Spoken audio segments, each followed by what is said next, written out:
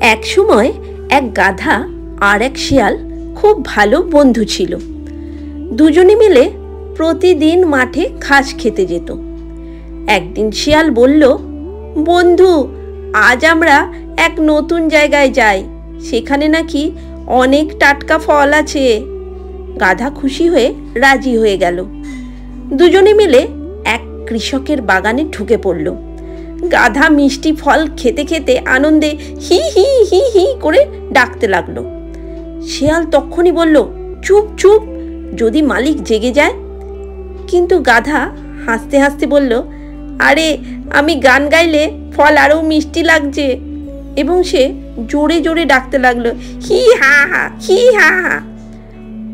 অবশ্যই কৃষকের ঘুম ভেঙে গেল। কৃষক ঘুম থেকে জেগে উঠল। সে একটা লাঠি নিয়ে ছুটে এলো।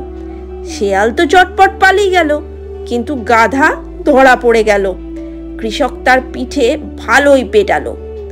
পরে গাধা যখন অতি কষ্টে ল্যাংড়াতে ল্যাংড়াতে বেরিয়ে এলো, শিয়াল হেসে বলল, দেখলি বন্ধু, গান গাইবার সময়ও বাছাই করে নিতে হয়।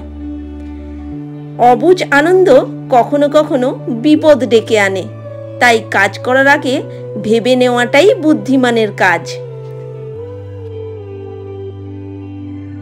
আজকের এই ছোট গল্প যদি তোমাদের ভালো লেগে থাকে তাহলে অবশ্যই আমার চ্যানেলটা সাবস্ক্রাইব করে দিও আর আমাদের সঙ্গে থেকো।